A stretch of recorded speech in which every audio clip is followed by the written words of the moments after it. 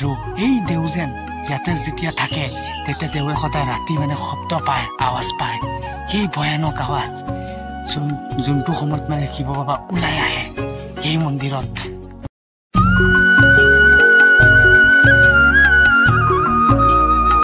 Hello' guys, মই চাইছোঁ ডাইনডি blog সুপেন্দ্ৰ। Guys আজি মানে বহুত দিন পিছত মানে মোৰ মনটোত বহুত আনন্দ লাগি আছে যে সেই বুলি আজি মানে এনেকুৱা ৰহস্যময় জেগা এটা আহিছোঁ য'ত লুকাই আছে বহুত গোপন ৰহস্য।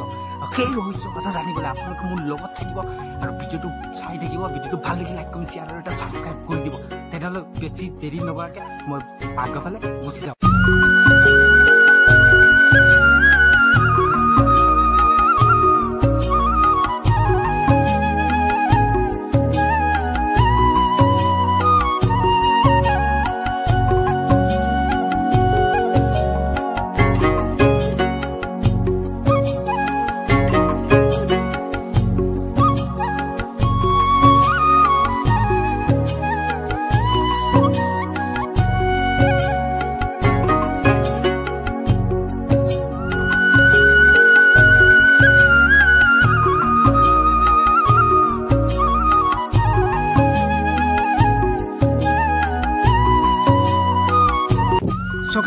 এই ৰহস্য বটগছ, এই বটগছত লুকাই আছে বহুত ডাঙৰ ডাঙৰ কাহিনী, য'ত কাহিনী বহুত বছৰৰ পুৰণা, 100 বছৰ পুৰণা এই বটগছ।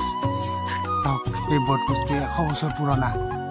মই ভালকৈ দেখুৱাইছোঁ, চাওক, দেখিলে ভয় লাগে।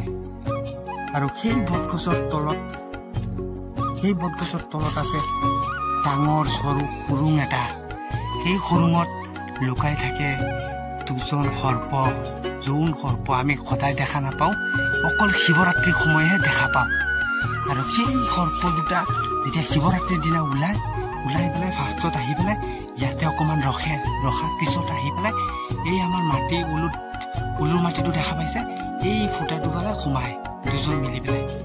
সোমোৱাৰ পিছত এজনকৈ আহে, এজনকৈ অহাৰ পিছত এই গছটো যে দেখা পাইছে, এই গছজোপাৰ ফালে উঠাৰ পিছত ইয়াতে আহি দুজন মিলে একেলগত খেলি থাকে। খেলি থকাৰ পিছত ইয়াতে নামি আহি আকৌ ইফালে গুচি যায়। ইফালেদি অহাৰ পিছত আমি দেখা পাই আছোঁ ইয়াতে এটা ডাঙৰ মন্দিৰ এটা আছে।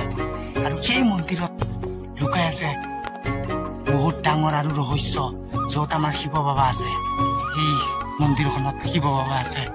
আৰু সেই শিৱ বাবা আমি কেতিয়াও দেখা নাপাওঁ, অকল আমি শিৱৰাত্ৰিৰ দিনাহে দেখা পাওঁ।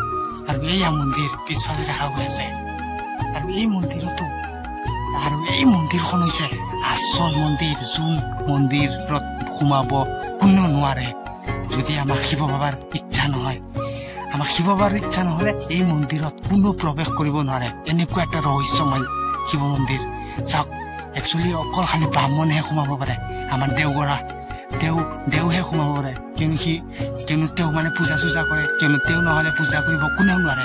সেইকাৰণে ইয়াতে মানে লুকাই থাকে। আৰু এই দেউ যেন ইয়াতে যেতিয়া থাকে তেতিয়া দেৱে সদায় ৰাতি মানে শব্দ পায়, আৱাজ পায়, সেই ভয়ানক আৱাজ যোনটো সময়ত মানে শিৱ বাবা ওলাই আহে এই মন্দিৰত।